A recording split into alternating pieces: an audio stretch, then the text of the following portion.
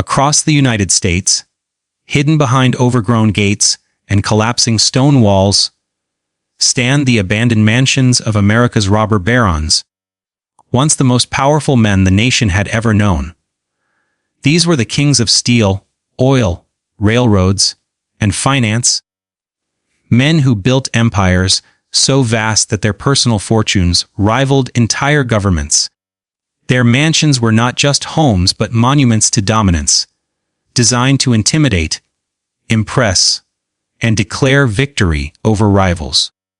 Marble staircases, gold, leaf ceilings, private ballrooms, and imported art from Europe filled these estates, while outside their gates, workers lived in cramped housing, earning barely enough to survive. The robber barons rose during America's Gilded Age, a time when industry exploded and laws lagged far behind ambition. Railroads carved through the land, steel towers reshaped cities. Oil fueled a new world, and banks controlled the flow of money. These men crushed competition, bought politicians, manipulated markets, and eliminated anyone who stood in their way. Their wealth grew at a pace never seen before, and with it came arrogance and excess. The mansions they built reflected this mindset, massive structures meant to outlast generations, proclaiming that their owners believed their power was permanent. But beneath the luxury, cracks were already forming. Workers toiled for long hours in dangerous conditions. Children labored in factories, and entire towns depended on a single company for survival. Strikes erupted, protests filled the streets, and journalists exposed the dark truths behind these fortunes. The public began to see the robber barons, not as heroes of progress, but as symbols of greed. The same ambition that built their empires also made them vulnerable, because monopolies attract enemies, and unchecked power invites resistance. Government intervention slowly tightened its grip. Antitrust laws emerged, breaking up monopolies that once seemed untouchable. Economic crashes wiped out fortunes overnight, and heirs proved unable or unwilling to maintain the vast estates they inherited. Some families fell into scandal, others into irrelevance, and many simply ran out of money. Maintenance costs for these colossal mansions became unbearable, taxes rose, and the social world that once celebrated excess faded away. As decades passed, the mansions emptied. Ballrooms went silent. Chandeliers gathered dust, and ivy climbed the walls where elite guests once arrived in horse-drawn carriages. Nature began reclaiming what ambition had stolen. Roofs collapsed, floors rotted, and once grand estates turned into haunted shells. These abandoned mansions now stand as eerie reminders that wealth built on exploitation rarely lasts forever. Today, these ruins tell a powerful story. They reveal how quickly dominance can dissolve, how fortunes tied to greed can crumble, and how even the mightiest empires are temporary.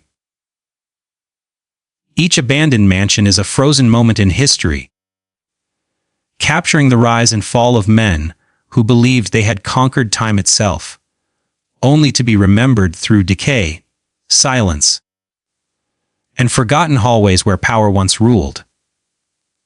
The rise of America's robber barons began in the chaos and opportunity of the 19th century, when the nation was expanding faster than its laws, ethics, and institutions could keep up.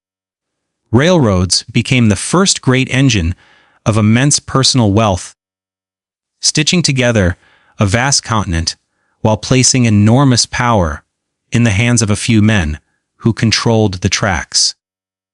Whoever owned the rail lines controlled trade, travel, and the fate of entire towns. Robber barons manipulated freight rates, bribed officials for land grants, and crushed smaller competitors by offering prices no one else could survive. Railroads were presented to the public as symbols of progress, but behind the scenes they operated as weapons of domination, determining which cities flourished and which withered into ghost towns. Steel followed closely behind, rising alongside the explosive growth of American cities. As skyscrapers climbed into the sky and bridges stretched across rivers, steel became the backbone of modern America. Industrial tycoons built massive mills that ran day and night, fueled by relentless labor and brutal efficiency. Workers faced extreme heat, deadly machinery, and exhausting shifts, while owners accumulated unprecedented wealth. By controlling raw materials, transportation, and production all at once, steel magnates eliminated competition and dictated prices. Their success was framed as innovation and genius, yet it was built on a system that treated human lives as expendable costs in the pursuit of expansion. Oil transformed the robber barons from powerful industrialists into near mythical figures. As oil replaced coal and muscle power, controlling fuel meant controlling the future. Oil tycoons used secret deals, predatory pricing, and exclusive contracts to dominate refining and distribution. Independent producers were forced to sell or be destroyed. Entire industries bent to the will of a single corporation, and fortunes grew so massive they became difficult to comprehend. Oil money reshaped politics, media, and global influence, allowing these men to operate beyond public scrutiny while presenting themselves as pioneers of progress and modern comfort. Banking and finance tied all these industries together, turning raw power into total control. Financiers decided which companies lived and which collapsed, which projects received funding and which were buried. Through mergers, trusts, and complex financial networks, wealth was concentrated into fewer hands than ever before. Economic booms inflated fortunes overnight, while crashes erased the savings of millions. The robber barons who mastered banking didn't just control factories or railroads, they controlled the flow of money itself, giving them influence over governments, elections, and entire economies. Together, railroads, steel, oil, and banking formed an interconnected web of dominance. Each industry reinforced the other, creating empires that seemed unstoppable. The men at the center believed they were architects of a new world, destined to rule by intelligence and ambition alone. Yet this rise was not built on balance or fairness, but on exploitation, secrecy, and relentless consolidation of power. The robber barons emerged not simply because they were visionary, but because the system allowed them to grow unchecked, turning opportunity into monopoly and ambition into empire. The mansions built by America's robber barons were never meant to be simple homes. They were deliberate symbols of unchecked wealth and absolute power, designed to project dominance in stone, marble, and gold. Rising high above surrounding towns and countryside, these estates were placed on hilltops, along riverbanks, or behind vast iron gates, ensuring they could be seen from miles away. Every detail was calculated to send a message. This was not merely success. This was conquest. The scale alone was meant to overwhelm, with dozens or even hundreds of rooms, sprawling wings, and grounds larger than entire neighborhoods. Inside, excess ruled every corner. Imported marble from Italy, hand-carved wood from Europe, stained glass from France, and rare tapestries filled halls that echoed with privilege. Ceilings were painted by European artists. Chandeliers weighed more than the houses of the workers who funded them. And private libraries held thousands of leather, bound volumes few owners ever read. These mansions functioned as personal museums, where wealth was displayed as art and ownership itself became a form of performance. Nothing was subtle, because subtlety had no value to men who believed their power had no limits. These estates also served as social weapons. Lavish balls, private concerts, and exclusive dinners were staged not for pleasure alone, but for influence. Politicians, judges, industrial partners, and foreign dignitaries were invited into these palaces, where deals were whispered under crystal lights and alliances were sealed over imported wine.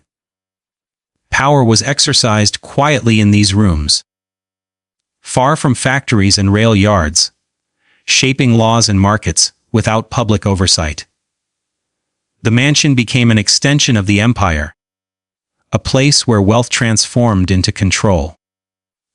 The contrast between these homes and the lives of ordinary Americans was extreme and intentional.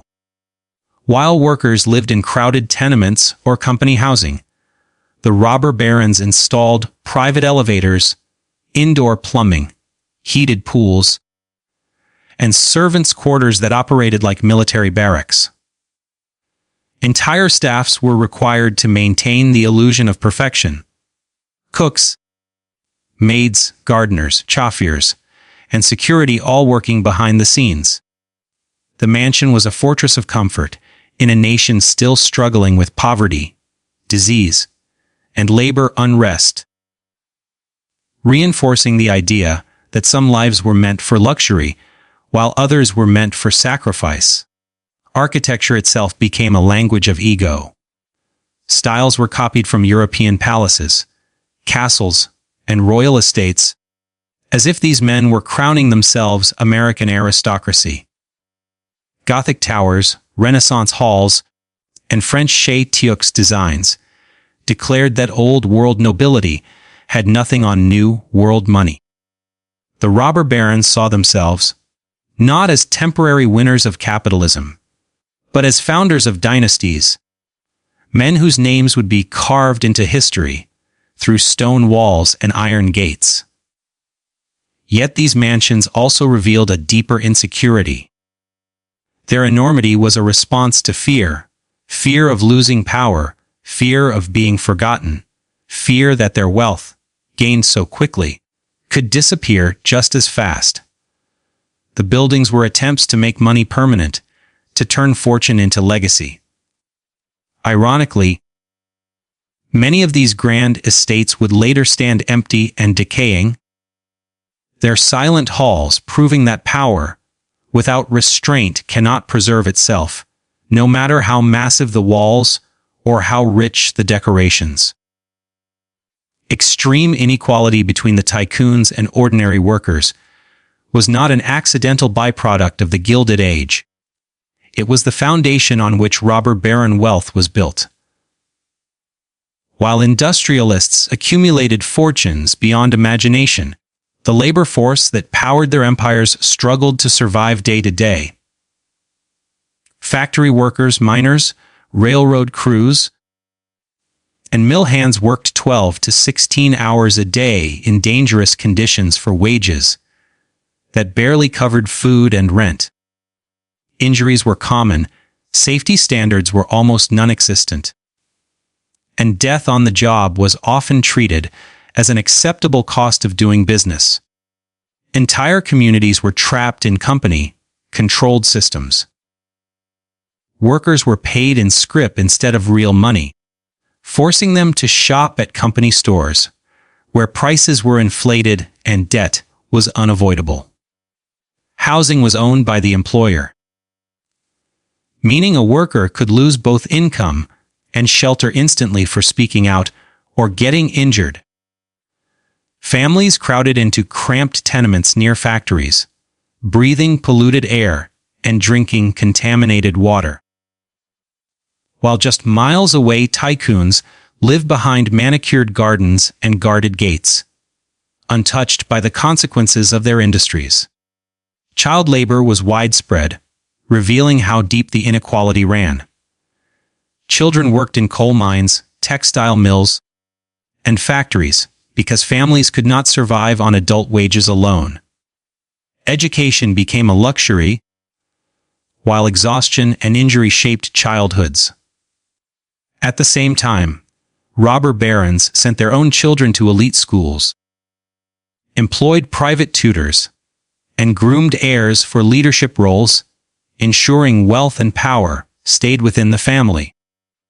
Opportunity itself was divided along economic lines, reinforcing a system where the rich grew richer while the poor remained trapped. Healthcare was another sharp divide. Workers who were injured or sick often received no compensation and were simply replaced. A broken limb or chronic illness could mean starvation. Meanwhile, tycoons had access to private doctors, rest homes, and the best medical care money could buy. Even illness reflected inequality, as the wealthy recovered in comfort while workers suffered or died without support. This imbalance turned human life into a disposable resource for profit. Public spaces revealed the gap just as clearly. In cities, overcrowded slums stood in the shadows of grand office buildings and luxury hotels, funded by industrial wealth. Streets filled with unemployed men during economic downturns, while tycoons continued hosting extravagant dinners and collecting art. Economic crashes devastated workers instantly, wiping out jobs and savings, while the wealthy often survived through diversified investments and political connections. Risk was carried by the many, reward by the few. This inequality fueled anger, strikes, and social unrest. Workers organized unions, demanding basic rights such as fair wages, safer conditions, and reasonable hours. These efforts were often met with violence. Private security forces and government troops called in to protect corporate interests. The message was clear: the system favored capital over labor. Extreme inequality was not just a social issue, it was a visible fracture in American society. One that exposed the true cost of unchecked industrial power and set the stage for conflict that would reshape the nation. Corruption, monopoly, and ruthless business practices were the hidden engines that allowed robber barons to dominate entire industries and silence nearly all opposition. Success during the Gilded Age was rarely achieved through fair competition alone.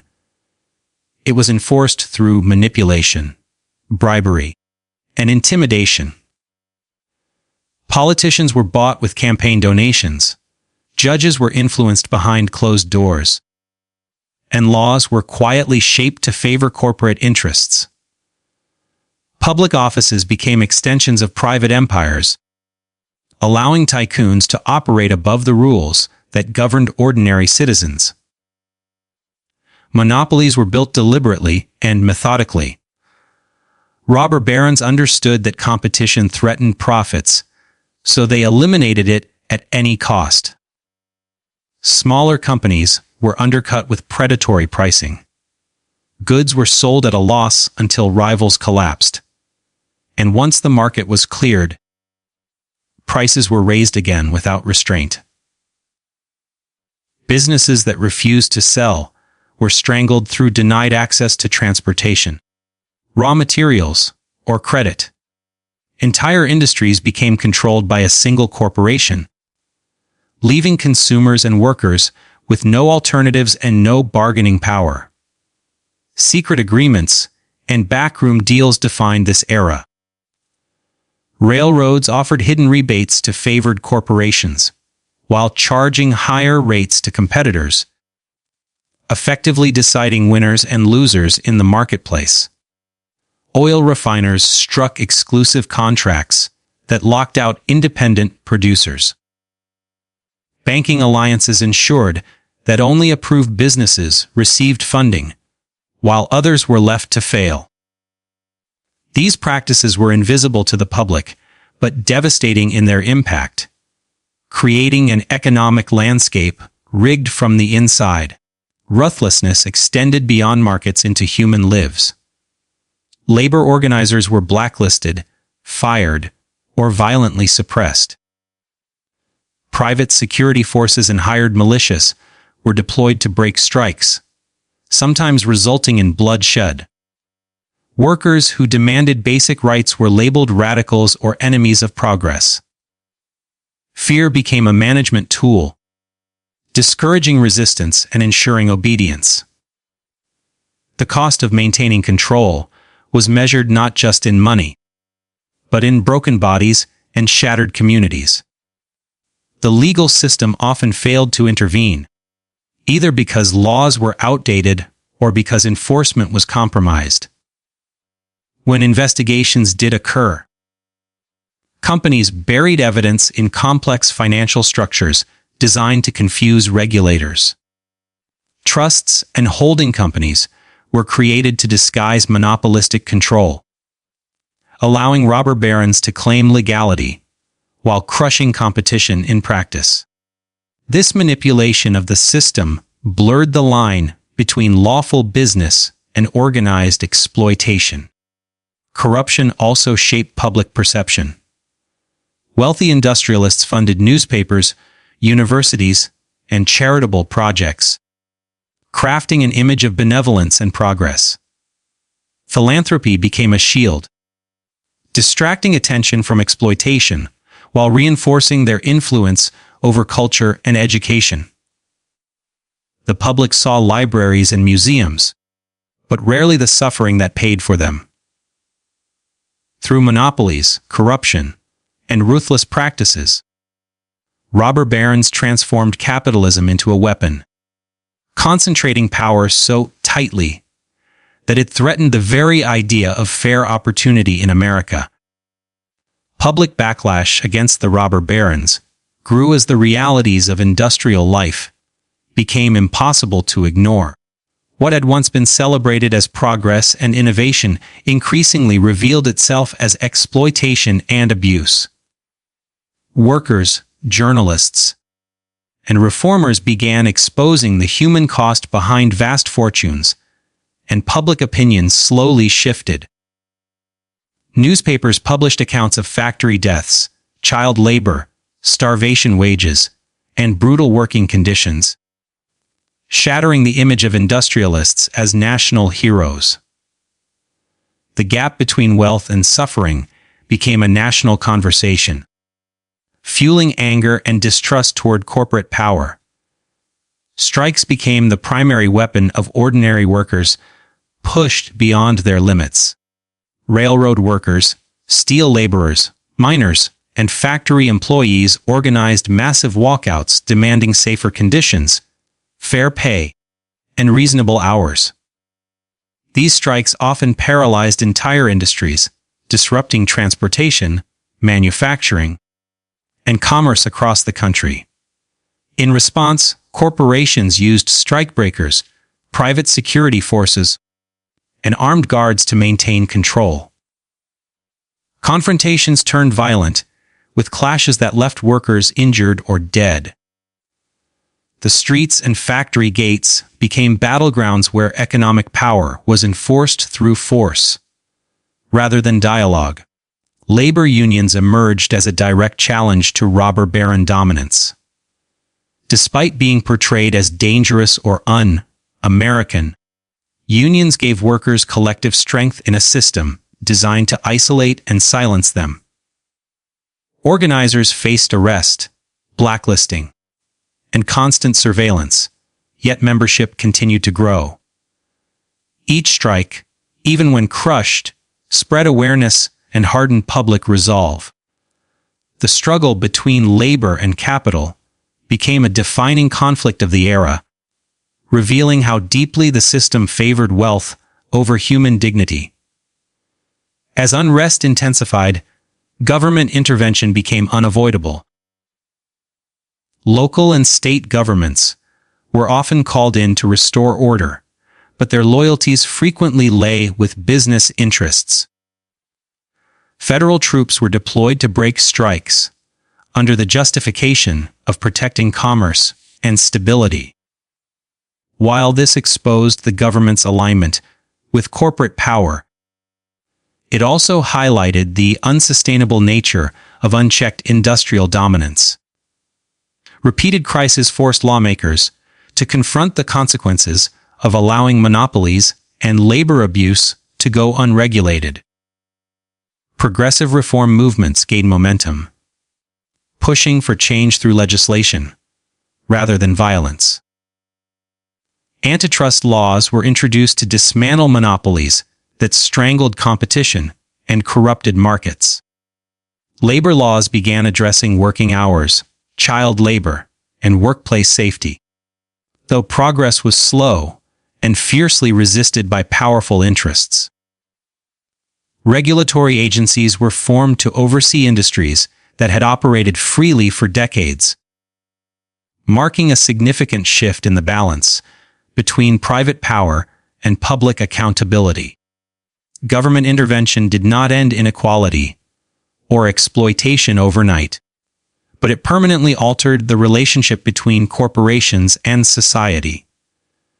The backlash, strikes, and reforms forced the nation to acknowledge that industrial power without limits was a threat to democracy itself.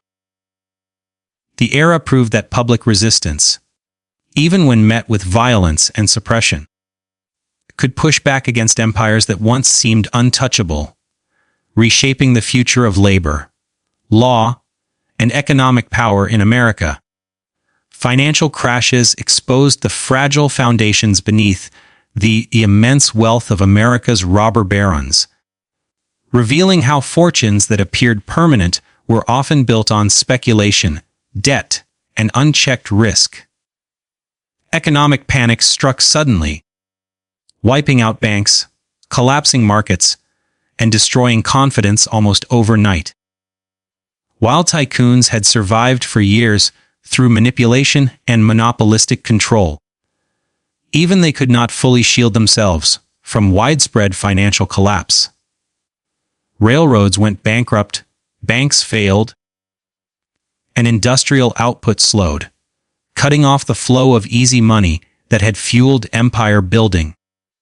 What once looked like unstoppable growth was revealed to be dangerously unstable. Changing laws accelerated this unraveling. As public pressure mounted, the government began enforcing regulations that limited the very practices that had made robber barons rich. Antitrust legislation targeted monopolies, forcing massive corporations to break apart and operate under stricter oversight. Banking reforms reduced reckless speculation and curtailed the concentration of financial power. Labor laws increased operating costs by mandating safer conditions, higher wages, and shorter workdays. These reforms didn't destroy capitalism, but they ended the era in which a single individual could dominate an industry without accountability.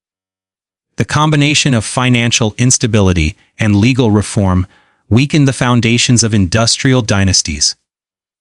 Profits shrank, control was diluted, and once dominant companies struggled to adapt to a more regulated environment. Many robber barons relied on political influence to protect their interests. But reform movements steadily eroded that protection.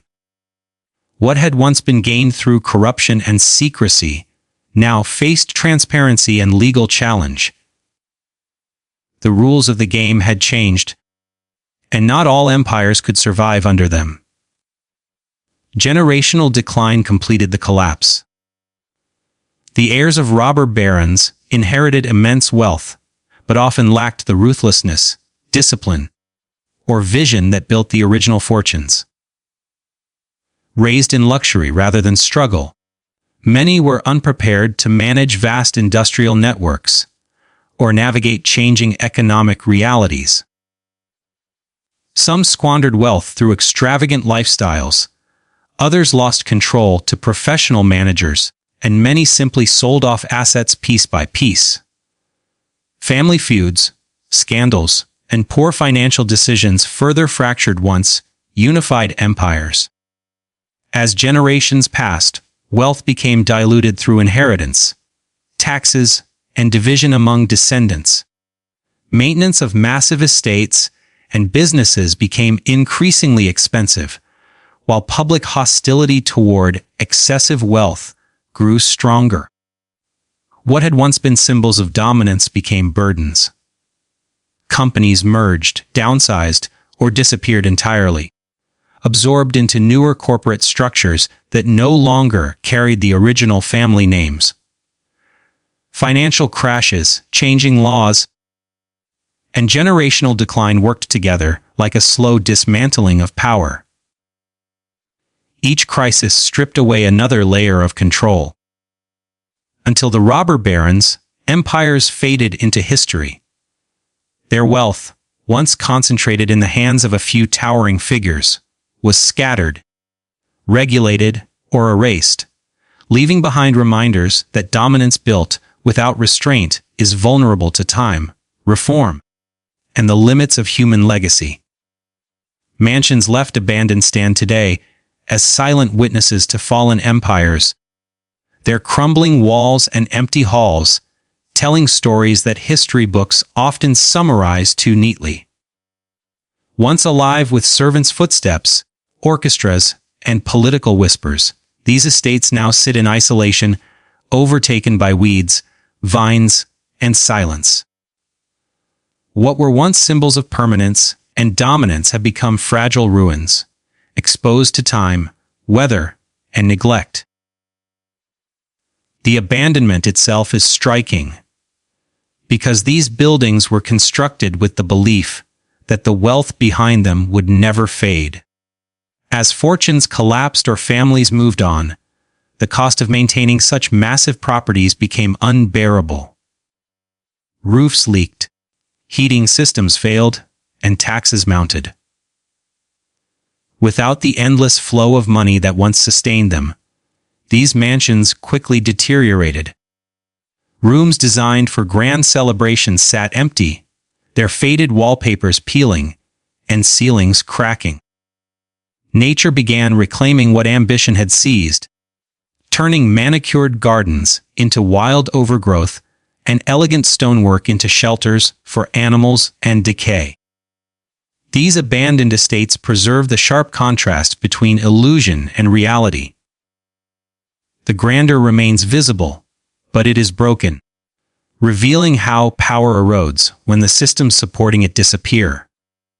Dust, covered furniture, shattered mirrors, and collapsing staircases reflect a past frozen in time. Every abandoned ballroom and silent dining hall becomes a reminder that wealth alone cannot protect against change. The absence of human presence amplifies the sense that these places outlived their purpose. The moment the empires behind them fell, local communities often view these mansions with a mix of fascination and resentment. To some, they are haunted relics of greed, monuments to inequality and exploitation. To others, they are historical curiosities, drawing explorers and photographers who document their decay. Rarely do these buildings return to their original function, because their scale was designed for a lifestyle that no longer exists. What was once a private kingdom now becomes a public reminder of excess. The abandonment also exposes the failure of legacy. These estates were built to secure remembrance, yet many are forgotten, their owners' names fading as fast as the paint on the walls. Iron gates rust, family crests crumble, and ownership records become unclear. The very structures meant to immortalize power instead highlight its impermanence. Silence replaces celebration, and neglect replaces control. In their stillness, these mansions tell a deeper truth about fallen empires.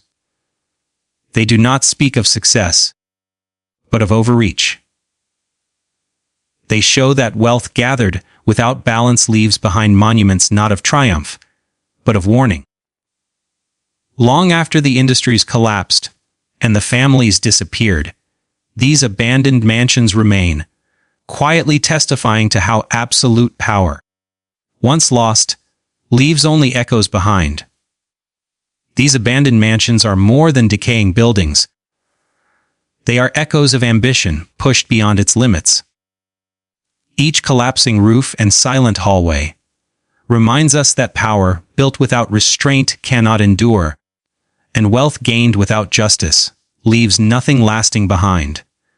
The empires that once ruled railroads, steel, oil, and finance believed themselves untouchable, yet time, resistance, and change proved otherwise. In the end, all that remains are empty rooms and fading names, standing as quiet warnings that no fortune, no matter how vast, can escape accountability or the slow, inevitable judgment of history.